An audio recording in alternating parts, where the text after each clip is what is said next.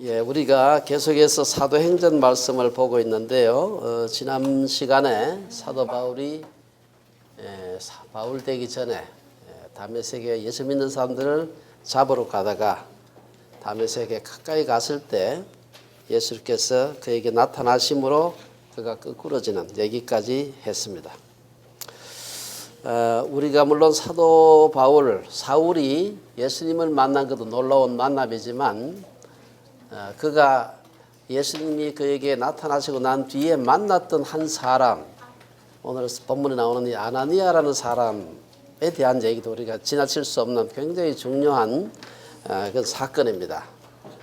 제가 보니까 아나니아라는 이름은 성경에, 신약 성경에 몇 군데 더 나오는데 예를 들어서 뭐 아나니아와 삽비라 할 때 사도행전 5장에도 나오고 뒤에 보면 대제사장 아나니아도 나오고 뭐 나오는데 그건 다 다른 사람이고 요 아나니아는 여기밖에 안 나와요.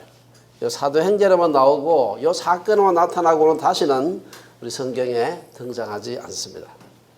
어떤 의미에서 보면은 뭐 당시에 다메섹에 있었던 그리스도인들에게는 상당히 알려져 있던 인물이었을지 모르지만 우리 기독교 역사에서 봤을 땐 크게 어떤 의미에서 무명의 인사라고 이렇게 우리가 말할 수 있는 사람인데 이 한 사람을 만남으로 말미암아 사실은 아나니아와는 상상도 할 수 비교할 수 없는 또한 사람이 생겨나는 것을 볼 수가 있습니다. 그래서 오늘 제가 제목을 아나니아를 숨은 영웅이다 이제 그렇게 정해봤습니다. 한 사람을 만나는 것이 얼마나 그 사람의 인생을 만난 사람의 인생을 바꾸고 나아가서 그로 인해서 온 세계 역사가 변하는 것을 우리가 볼 수가 있는데 오늘 그 한 사건, 그 대표적인 한 예를 여기서 볼 수가 있습니다. 한 사람을 만남으로 일어나는 기적. 제가 이게 생각할 때마다 늘 한 사람 떠오르는 사람이 있습니다. 아마 지난번에도 제가 말씀드렸는데 하도 중요한 사건이라서 이런 일만 생각나면 제가 이 얘기가 생각이 나요. 그 사람이 바로 그 유명한 미국의 육상 선수 제시 오웬스라는 사람입니다. 한번 좀 보겠습니다. 잘 보이는지 모르겠습니다만 이 제시 오웬스는 1913년에 미국의 알래바마에서 태어난 사람입니다. 뭐 보시다시피 흑인이고요.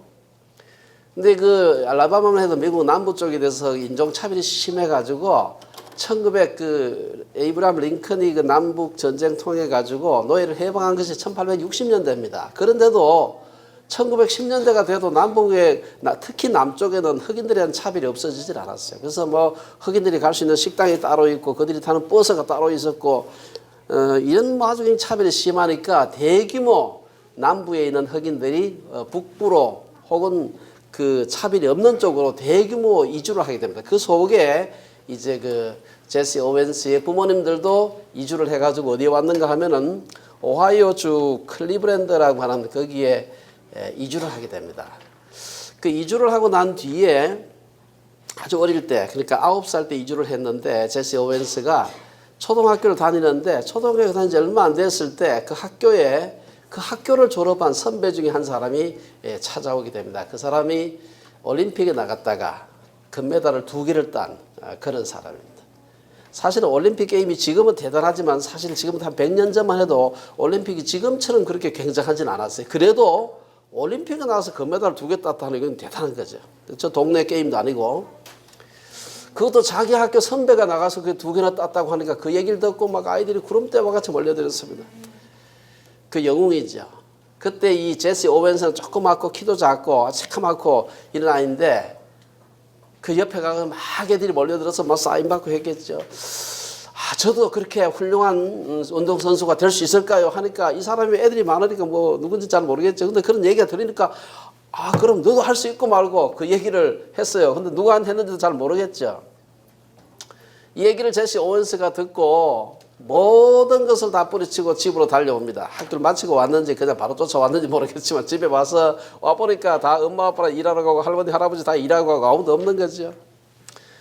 근데 나중에 엄마 아빠 봤을 때 오늘 우리 학교에 올림픽에서 금메달을 2개나 딴 분이 와가지고 나도 훌륭한 운동선수가 될 수 있다고 말했다고.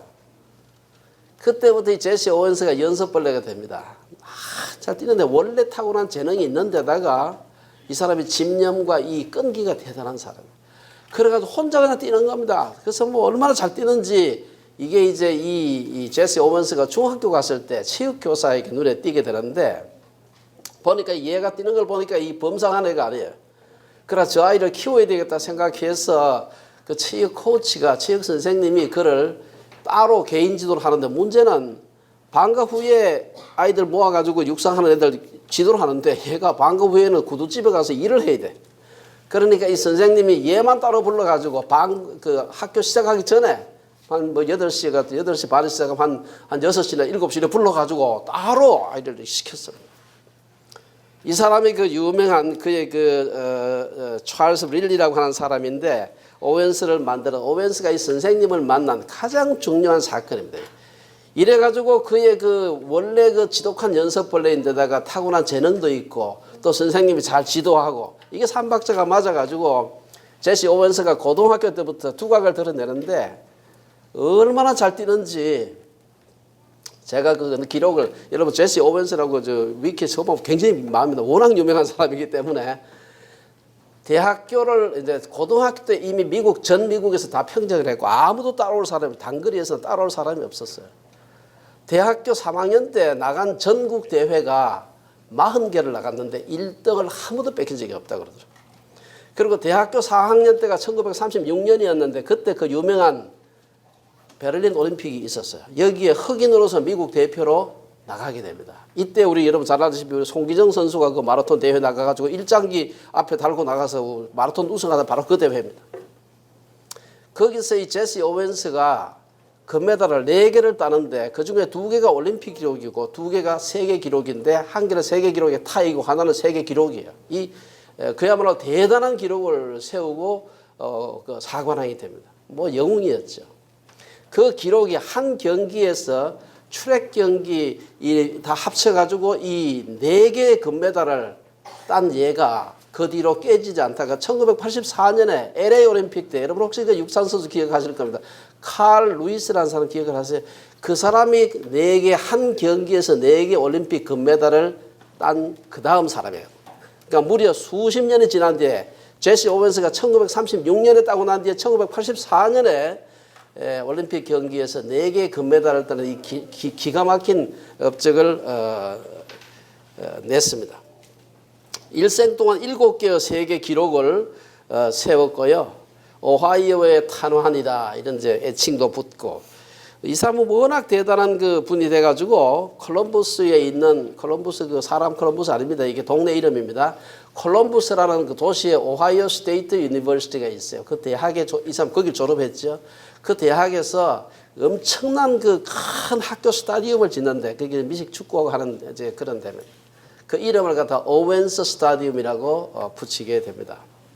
사실 그 제시 오웬스가 그 어느 하나라도 그 올림픽 선수 나가서 이관왕을 못 만났더라면 혹은 그의 그 훌륭한 찰스 릴리라고 하는 그 체육 선생님 안 만났더라면 동네에서 걔 잘 뛰는데 누 집에 잘 뛰는 애 하나 있어. 그 정도 소리 듣고 하면 인생이 끝났을 겁니다. 무슨 뭐 이런저런 일 하다가 인생을 마쳤을 텐데 이게 찰스 릴리라고 하는 그 체육 선생님이 그걸 딱 알아보고서 이 아이를 훈련시켜야 되겠다 생각해가지고 자기도 아침에 6시, 7시에 나오면 얼마나 힘들겠어요. 그 날마다.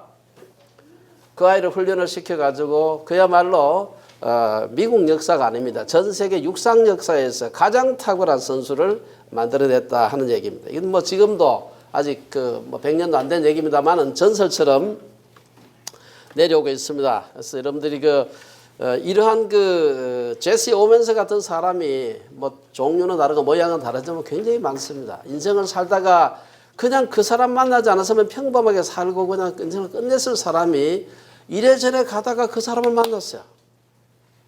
그래가지고 인생이 확 변한 사람이 굉장히 많습니다. 만남의 기적이죠. 우리가 성경에서 봤을 때 사실 우리가 베드로를 그렇게 참 대단한 사도로 알고 있지만 베드로는 누가 전도했습니까? 안드레가 전도했습니다. 안드레가 사실 안드레보다 베드로가 훨씬 유명한데 사실은 안드레가 아니었으면 베드로 예수를 만나기 힘들었죠. 안드레가 베드로를 전도해서 그 유명한 사도 베드로가 탄생하게 되고요. 여러분 잘 아는 그 어거스틴 같은 대단한 우리 교회사의 위인도 밀라노에 주교했던 암브로시우스라고 하는 그런 신부를 만나지 못했다면은 어거스틴이 나올 수가 없었을 겁니다. 우리나라에서 보면은 김익두 같은 그런 대단한 목사님도 미국 북장로교회 선교사 소알런이라는 우리 이름은 소안론인데 이 선교사를 만나지 않았더라면 아마 평생 깡패로 조폭두목으로 아마 살았을 겁니다. 오늘 본문은 사울이라고 하는 청년이 아나니아라고 하는 다메섹에 사는 한 제자, 아마 다메섹에서는 좀 알려진 그런 분이었겠죠. 믿음이 좋은 분이었어요. 이 한 분을 만남으로 사실은 그의 인생이 변한 건 말할 것도 없고 기독교의 물꼬가 확 변하는 것을 볼 수가 있습니다. 만남의 기적이지.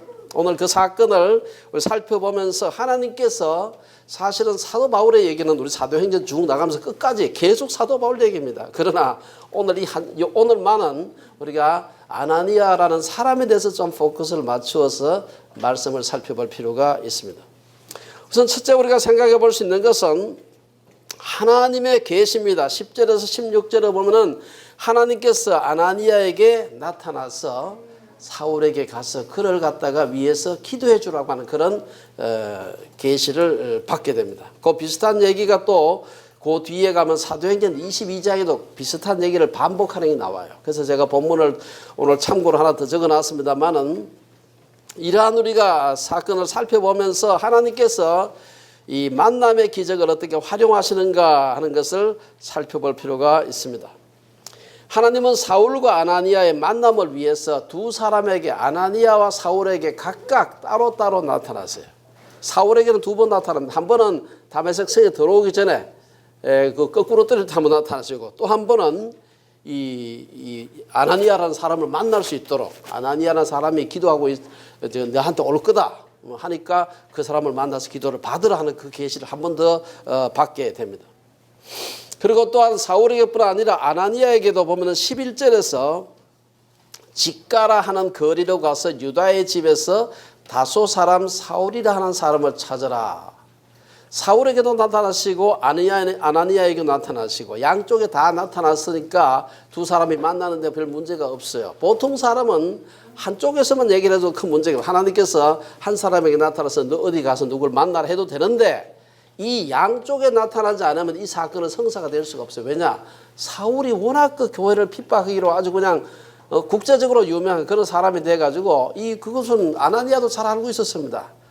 그런 악한 못된 사람이 있는데 사울에게만 그 계시를 준다고 해서 아나니아가 그 사람 만나기 굉장히 어려운 겁니다. 어느 한쪽만 계시를 해가지고는 만날 수 없는 두 사람을 만나게 하기 위해서 양쪽에 사울에게는 두 번이나 나타나시고 아나니아에게도 아주 자세하게 어디 가서 누구 집에 가면은 누구라고 이름하는 사람이 있는데 그 사람 지금 기도하고 있을 거야. 그러니까 그 사람 위해서 기도해라. 아주 구체적인 그런 그 계시를 주는 것을 볼 수가 있습니다. 우리가 여기서 계시라고 하는 것, 하나님의 계시라고 하는 것은 그 일종의 상보성입니다. 우리가 보통 개인적으로 기도하다가 계시를 받을 수 있죠.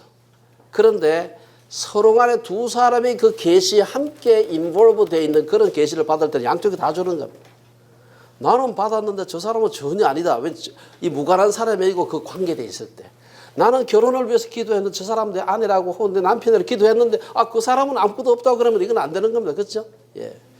제가 언제 말씀을 드렸습니다만 제가 예수원에 옛날에 오래전에 몇십 년 전입니다만 그때 갔을 때 어떤 자매가 와가지고 저 자매하고 저 형제하고 자기가 결혼하라고 하나님께서 막 얘기를 하셨대요. 그래서 제가 양쪽을 다 아는 사람이 돼가지고 그 형제한테 물어보니까 자기는 전혀 안 받았대.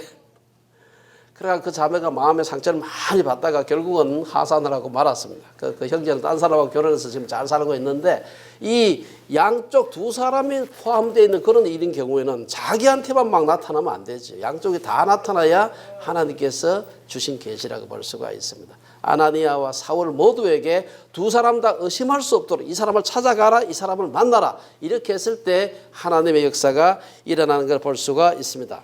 이런 치밀한 과정을 통해서 하나님은 사울을 초대교회 공동체 일원으로 들어갈 수 있도록 인도를 하셨습니다.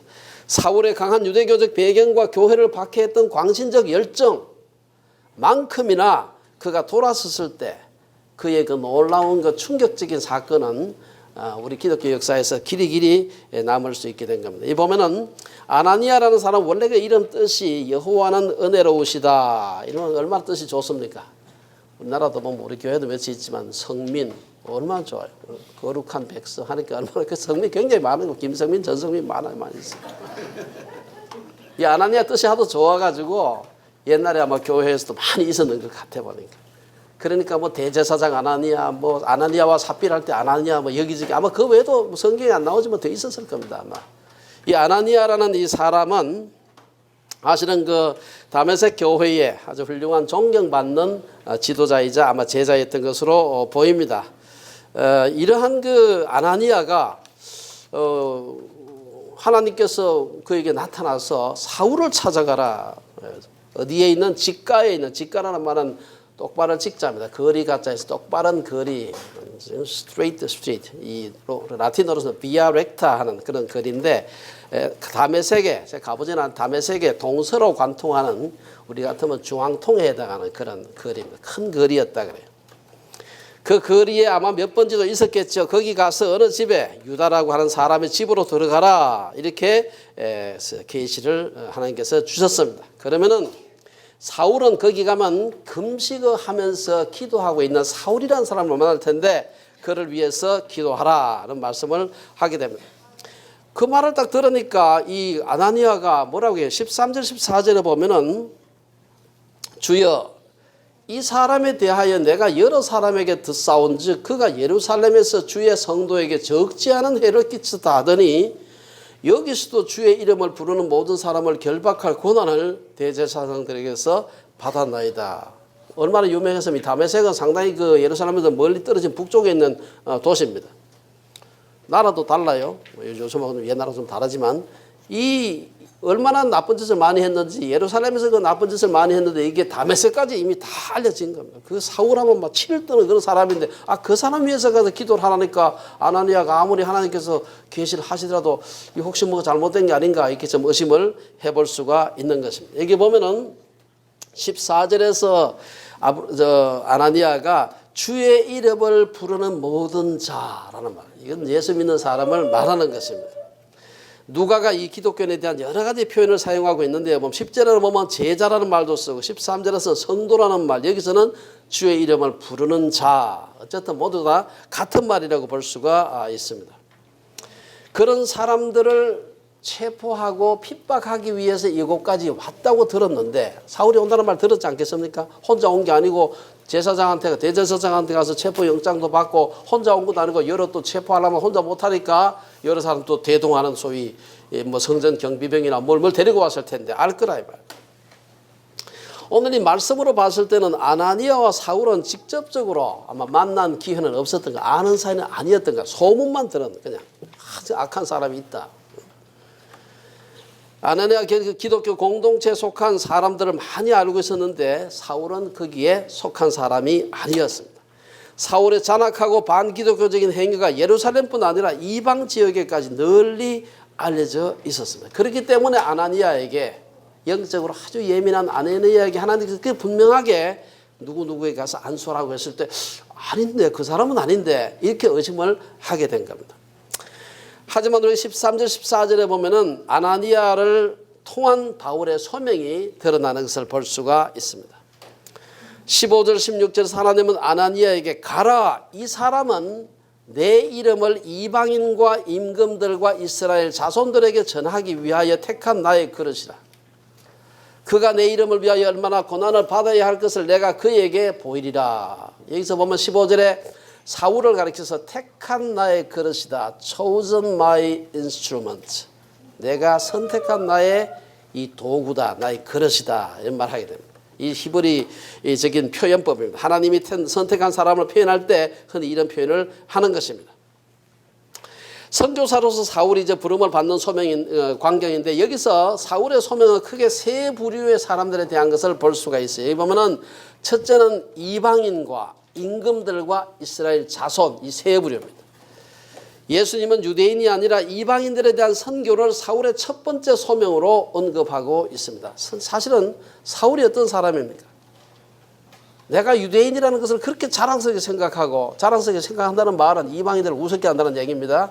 이방인들을 흔히 유대인들에게 이방인들을 멸시하는 것처럼 사도 바울도 역시 그렇게 생각하고 있었는데 너를 이방인의 사도로 보내겠다. 이방인에 대해서 배타적이고 광신적인 유대교 신자 사울을 이방인의 사도로 보내겠다. 사울의 회심만큼이나 극적인 소명이라고 볼 수. 두 번째, 임금들입니다. 임금들. 이는 세속적인 권력자들이라 할 수 있는데요. 실제로 사울은, 베드로도 사실 그럴 기회가 많지 않은데, 사울은 사도행전 25장에 보면 베스도 총독 앞에 서서 복음을 변증을 해요. 예수 믿으라고 막 전도를 하면 잡혀가가지고. 26장에 보면 아그리빠 왕 앞에서 막 복음을 변증을 해요. 그리고 성경에 자세히 안 나오지만 디모데후서 4장에 보면은 나중에 시저한테까지 가서 복음을 전합니다. 예수님의 이름을 소위 임금들 앞에서 전하는 그러한 소명을 사울에게 주시는. 세 번째는 이스라엘 자손들에게 그 복음을 전할 것이다. 사울은 자신이 이방인의 사도로 부름을 받았음을 확신하고 있었지만 여전히 자기 민족에 대한 애정이 굉장히 깊은 사람이었습니다. 사실은 사도 바울이 전도 여행을 다닐 때 가장 많은 핍박을 한 사람들이 바로 로마 사람들이 아니고 이방인들이 아니고 자기 동족들이었어요. 그럼에도 불구하고 자기 민족을 사랑하는 그 사도 바울의 그 강한 그 애국적인 그 자기 민족에 대한 사랑을 우리가 곳곳에서 볼 수가 있습니다. 물론 베드로가 유대인을 상대로 전도하는 할례자의 사도로 부름받은 것에 대해서 사도 바울은 스스로를 가리켜서 나는 이방인의 사도로 부름받았다. 자기를 가르쳐서 자기 스스로를 자기를 이방인의 사도라고 불렀어요. 그럼에도 불구하고 이스라엘 자손들에게도 복음을 전해야 된다고 하는 그 소명을 그는 가지고 있었습니다. 오늘 16절에 보면 이러한 복음을 전하는 것과 더불어서 사울이 겪어야 할 고난을 예언을 하고 있습니다. 13절에서 아나니아가 그가 예루살렘에서 사울이 예루살렘에서 주의 성도에게 적지 않은 해를 끼쳤다 했는데 해를 끼친 것에 뒤집어 가지고 네가 이제 이 복음 때문에 나중에 많은 고난을 받을 것이다 하는 계시를 아나니아를 통해서 사울에게 주시게 됩니다. 사실 바울은 자신이 복음을 전하면서 많은 고난과 박해를 받을 것을 알고 있었으면 실제로 그는 나중에 세 번의 전도 여행을 하면서 굉장히 많은 고난을 받은 것을 볼 수가 있습니다. 그래서 우리가 고린도 후서 후반부에 가면은 고린도 교회 내에 자기도 뭐 그리스도의 일꾼이라고 자랑하면서 내가 예수 믿느라고 저 복음 전한다고 얼마나 고생한지 아냐 자랑하고 떠벌리고 다니는 사람이 꽤 많이 있었는가 봐요. 사도 바울이 일부러 그런 얘기 잘 안 하는데 하도 그런 자꾸 자랑하고 교회를 휘젓고 다니는 사람이 있으니까 이 고린도후서 11장에 보면은 사도 바울이 니네들이 고난받았다고 하는데 니들만 받은 게 아니다. 나도 어마어마하게 받았다 하는 얘기를 여기 한 차례 하고 있습니다. 그 유명한 얘기죠. 여기 보면은 나는 더욱 그러하도다. 내가 수고를 넘치도록 하고 옥에 갇히기도 더 많이 하고 매도 수없이 맞고 여러 번 죽을 뻔하였으니 유대인들에게 40에서 하나 감한 배를 5번 맞았으며 3번 태장으로 맞고 1번 돌로 맞고 3번 파선하고 1주야를 깊은 바다에서 지냈으며 여러 번 여행하면서 강의 위험과 강도의 위험과 동족의 위험과 이방인의 위험과 시내의 위험과 등등등등. 그리고 끝에 가면 내가 줄이고 목마르고 여러 번 굶고 춥고 헐벗어노라. 이 고린도서 11장 이하의 그 23절 이하에 나오는 얘기입니다. 바울은 예수님을 따르려면 자신의 십자가를 지고 자신을 부인해야 한다는 말씀을 실천한 것입니다. 17절에서 19절에 보면 이제 아나니아가 안수함으로써 사울이 회복되는 것을 기록하고 있습니다. 처음에 보면은 아나니아는 처음에는 사울에 대한 박해에 대한 많은 얘기를 듣고 두려워했습니다. 그 하나님께서 그에게 가라고 했을 때도 이 혹시 내가 잘못 들은 게 아닌가 아마 이런 좀 의심도 했는 것 같아요. 그러나 확실한 하나님의 계시를 받은 후에 그에게 담대히 나아가서 17절에 보면 사울을 만나서 뭐라고 해요? 형제 사울아. 아델포스라는 말씀, 아델포스 형제라는 말. 이건 아주 굉장히 가까운 사람, 처음 보는 사람 보고 그 핍박하는 사람 보고 형제 사울아 이렇게 부릅니다. 이것은 그리스도인의 사랑과 용서를 보여주는 것입니다. 사울의 모든 악한 과학 행동을 용서하고 교회 공동체의 일원으로 받아들이겠다고 하는 상징적인 말입니다. 17절 하반절에서 성령으로 충만하게 하신다 그랬습니다. 아나니아의 선포, 형제 사울아. 이 선포는 사울이 참된 그리스도인이 되었음과 동시에 그의 선교가 그의 부름 소명이 성령님의 인도하심이다 하는 것을 보여주고 있습니다. 18절에서 사울은 다시 보게 된 사실을 언급하면서 그를 보지 못하게 한 비늘 같은 것이 눈에서 떨어졌다. 비늘이 뭐 눈에서 무슨 비늘이 떨어지겠나 이렇게 생각하는 분들이 있어요. 그래서 그건 아마 상징적으로 그런 표현한 게 아니겠나 이런 생각을 하는 분들이 있습니다만은, 그러나 아마 우리가 앞뒤 문맥을 봤을 때는 그렇게 볼 이유가 별로 없습니다. 그리고 여러분, 이 사도행전을 쓴 누가가 직업이 의사입니다. 이 사람이 눈에서 뭔가 떨어져 가지고 껍데기 같은 비늘 같은 게 떨어져 가지고 보이지 않던 사울의 눈이 보이게 되었다. 실제적인 사건이라고 보지 않을 이유가 없는 것입니다. 19절에서 끝절까지 보면 이제 사울이 아나니아의 그 전도를 통해서, 아나니아의 기도를 통해서 보게 되고 아마 여러 가지 많은 교제를 했겠죠. 그러면서 그가 이 회복되고 난 뒤에, 영적으로 혹은 피지컬리 육체적으로 회복되고 난 뒤에 전도를 시작합니다. 그래서 오늘 그 본문 마지막에는 회심한 이후 바울에게 어떤 일이 일어났는지를 누가가 압축해서 소개하고 있습니다.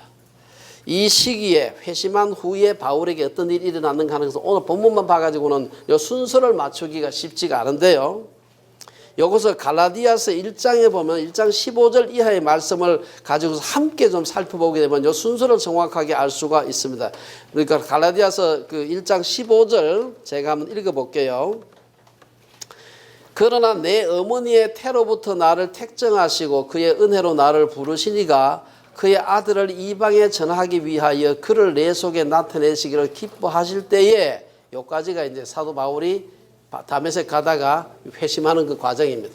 그 전까지는 이제 막 박해하다가, 내가 곧 혈육과 의논하지 아니하고, 예수 믿고 난 뒤에, 회심하고 난 뒤에 혈육과 의논하지 아니하고, 또 나보다 먼저 사도된 자들을 만나려고 예루살렘에 가지 아니하고 아라비아로 갔다가 다시 다메섹으로 돌아가노라. 우리 한번 좀 지도를 한번 좀 보시기 바랍니다. 여기 보면은 위치를 아는 게 필요한데 좀 지도가 시원찮아서 보기가 좀 어렵습니다만은, 여기에서 저 위쪽에 이게 아라비아 반도입니다. 이 아라비아 반도인데 다메섹이 제일 꼭대기 이 표시가 잘 안 보이는데 여기 보입니까? 여기 다메섹이 요 밑에가 예루살렘입니다. 여기. 다메섹하고 예루살렘은 어제 얘기한 한 200 몇십 킬로 된다 그랬죠. 저기서 내려와 가지고 예루살렘에 가서 예루살렘에 있는 어른들을 만나야 되는데 만나러 가지 아니하고 아라비아 반도로 갔다. 이 아라비아 반도로 갔다가 나중에 이제 예루살렘으로 가게 됩니다. 무슨 얘기입니까? 사도 바울이 처음에 회개하고 난 뒤에 예루살렘 지도자들 만난 것보다도 아라비아 사막에 먼저 가서 한 3년을 지나게 되는데 3년간 그곳에서 무엇을 했는지는 알 수가 없어요. 다만 하나 분명한 것은 그가 그곳에서 하나님과 굉장히 깊은 교제 가운데 있었지 않겠나 생각해 볼 수가 있습니다. 아라비아 사막이 제가 보는 굉장히 북아메리카 우리 캐나다 미국 합친 것 정도 크기가 됩니다. 굉장히 크고 거의 대부분이 사막이기 때문에 아라비아로 갔다는 말은 아라비아 사막으로 갔다는 말입니다. 사막으로 갔다는 것은 여러분 인간에 있어서 정말 그 풍요하고는 정반대가 되는 그런 삶의 환경으로 외로움과 굶주림과 추위와 더위와 온갖 여러 가지 해충들과 이런 것이 있는 데 가서 하나님과만 독대해 가지고 3년의 세월을 지나고 난 뒤에 그가 예루살렘에 있는 지도자들을 만나러 왔다 하는 것입니다. 그래서 우리가 누가가 기록한 오늘 본문과 바울 자신이 기록한 갈라디아서 1장의 말씀을 근거로 해서 볼 때 바울의 행적은 첫째는 다메섹 도상에서 예수님을 만나고 회심하게 되죠. 아나니아의 기도를 받고 육신이 회복되고요. 다메섹에서 제자들과 며칠을 함께 지나면서 교제하고 난 뒤에는 다메섹에서 전도를 하기 시작합니다. 그리고는 아라비아 반도로 아라비아 사막으로 가게 되고요. 그리고 그곳에서 다시 다메섹으로 돌아와서 전도를 3년간 하고 난 뒤에 그 다음에 예루살렘에 가서 예루살렘 교회 지도자 베드로라든지 야고보 같은 지도자들을 만났습니다. 내려갔다가 예루살렘에서 유대인들의 박해를 피해서 가이사라로 피신하게 되고요. 그리고 수리아와 길리기아 지경으로 되돌아갔다. 이것이 사도 바울의 대략적인 그 전도 여행 떠나기 전에 그 모습입니다. 오늘 본문과 갈라디아서 1장의 내용을 함께 생각해 보면 한 두 가지가 두드러지게 나타나는데요. 첫째, 바울은 회심한 즉시 다메섹에서 전도를 했다는 사실입니다. 18절에 그 말씀처럼 바울이 아나니아의 기도를 받아서 눈에서 비늘 같은 것이 벗겨져서 다시 회복되자 그는 곧 일어나 세례를 받게 됩니다. 이어서 19절에서 그는 음식을 먹고 강건해지자 제자들과 수일간 교제한 후에 바로 전도하러 나섭니다. 바울이 첫 전도지로 택한 곳은 놀랍게도 오늘 본문에 보면은 유대인 회당이었다. 20절에 보면 바울이 즉시로 각 회당에서 예수가 하나님의 아들이심을 전파했다. 참 이것은 우리에게 여러 가지로 좀 생각하게 하는 바가 있습니다. 첫째는 복음이라는 것은 단순하다는 것을 보여줍니다. 사울이 예수님을 믿은 직후에 전도를 했다는 것은 전도의 복잡한 신학을 공부해서 전도했다는 말이 아닙니다. 사울이 유대교에 대해서는 빠삭하게 알지만 사실 기독교에 대해서 모르는 겁니다. 예수가 부활했다는 얘기는 들었지만 구체적으로 내용은 뭐 어떻게 됐는지 아마 다 몰랐을 수가 있습니다. 때로는 그래서 우리가 전도에 복잡한 신학이 필요한 것이 아님을 보여준다고도 볼 수가 있습니다. 많은 학식이 전도를 때로는 방해할 수도 있습니다. 물론 사울은 예수를 믿기 전에 많은 공부를 한 사람이지만 적어도 전도를 하는 데 있어서는 신학적 지식보다는 단순한 경험과 부활에 대한 확신과 소망이 중요하다는 것을 볼 수가 있습니다. 그래서 이것은 바울이 아그리빠 왕 앞에서 복음을 변증하는 데서도 이 얘기가 나오고 있습니다. 아그리빠가 사도행전 26장에 가면은 아그리빠가 바울에게 이르되 네가 적은 말로 나를 권하여 그리스도인이 되게 하려는 하는도다. 여기 대해서 바울이 이르되 말이 적으나 많으나 당신뿐만 아니라 오늘 내 말을 듣는 모든 사람도 다 이렇게 내가 결박된 것 외에는 나와 같이 되기를 하나님께 원하나이다. 이 사도 바울의 정말 아주 성격이 그대로 나타나는 말이라고 볼 수가 있습니다. 또 하나 우리가 볼 수 있는 것은 사울의 그 위대한 용기를 여기서 볼 수가 있습니다. 이 사울의 어떤 의미에서 이것도 은사라고 볼 수가 있습니다. 여러분 사울이 처음 전도를 시작한 곳이 회당인데 회당이 어떤 곳입니까? 바울은 유대교와 사내들인 공회로부터 그리스도인들을 체포하라는 영장을 받고선 어디로 보냄을 받았는가 하면 유대인 회당, 다메섹에 있는 유대인 회당으로 가서 거기 예수 믿는 사람들도 토요일에 가면 다 모일 테니까 다 잡아라. 이렇게 해서 가던 그곳이 바로 회당입니다. 근데 그 회당에 가서 잡으러 간 게 아니라 전도하러 가는 것입니다. 사실은 다메섹 회당의 사람들은 당연히 바울이 이전에 어떤 사람이었는지를 잘 알고 있는 사람입니다. 그는 바로 그런 회당에 가서 그곳에 있는 사람들에게 가장 먼저 전도하기 시작한 것입니다. 그러니까 사울이 회심하고 사람들 잡으러 온 것이 아니라 도리어 거기 모여있는 유대교 사람들에게 전도하러 온 것을 알고 가장 놀란 사람들은 바로 유대교 신자들이었습니다. 21절에 보면은 바울의 전도를 들은 사람이 다 놀라 말하되 다 놀랐죠. 저럴 수가 있느냐. 우리가 다 아는데 저 사람이 어떤 사람인지. 다 놀라 말하되 이 사람이 예루살렘에서 이 이름을 예수의 이름이죠. 이 이름을 부르는 사람을 멸하려던 자가 아니냐. 여기 온 것도 그들을 결박하여 대제사장들에게 끌고 가고자 함이 아니냐. 당연한 반응이죠. 이러한 사람들의 반응에도 불구하고 22절에 보면 바울은 힘을 얻어서 그들이 그런 말을 하면 할수록 더 힘을 얻어서 예수를 그리스도라 증하여 다메섹에 사는 유대인들을 당혹하게 했다. 오늘 표현은 당혹하게 했다. 이럴 수가 있느냐. 무슨 일이 일어났기에 이런 일이 어떻게 일어날 수가 있느냐. 너무 당혹했다는 것입니다. 오늘 참 우리가 마지막 22절 그 말씀 우리에게 여러 가지를 시사해 주고 있습니다. 바울은 교회 지도자들 만나기 위해서 예루살렘으로 가지 않고 그 다음에는 아라비아로 가게 됩니다. 오늘 본문에 나오지 않지만 아까 말씀드린 갈라디아서 1장 7절에 보면은 사도 바울이 예루살렘을 가지 않고 도리어 아라비아 그 사막으로 갔다 이런 말이 나오고 있습니다. 사실은 그 교회를 박해하던 선봉으로 악명을 떨치는 사울이었기 때문에 그가 회심해서 예수를 믿게 되었다는 것은 다메섹에서도 굉장히 굿뉴스지만 예루살렘에 있는 교회 지도자들에게는 더 할 수 없이 좋은 소식이었습니다. 그 박해자 사울이 예수를 믿게 되었다? 그 정도가 아니고 믿자마자 가가지고 막 회당에서 전도를 막 했다는 얘기가 다 그 예루살렘 교회 지도자들에게 귀에 들어가지 않았겠습니까? 얼마나 보고 싶겠어요. 어떻게 됐느냐. 그런데 바울이 그들을 만나러 가지 않고 아라비아 사막으로 갔다. 아마 바울이 바로 예루살렘 교회에 가서 교회 지도자들을 만났더라면 아마 교회에서 상당히 초대교회에서 유명한 인사가 되었겠죠. 하지만 바울은 회심한 후에 교회 지도자를 만나기 위해 예루살렘으로 가지 않고 도리어 아라비아로 갔다. 여기서 무엇을 얘기합니까? 초대교회 많은 사람들이 영적 훈련을 받을 때 사막으로 갔습니다. 그래서 우리가 사막교부라는 말을 우리 교회사에서 많이 사용을 하는데 사막으로 갔어요.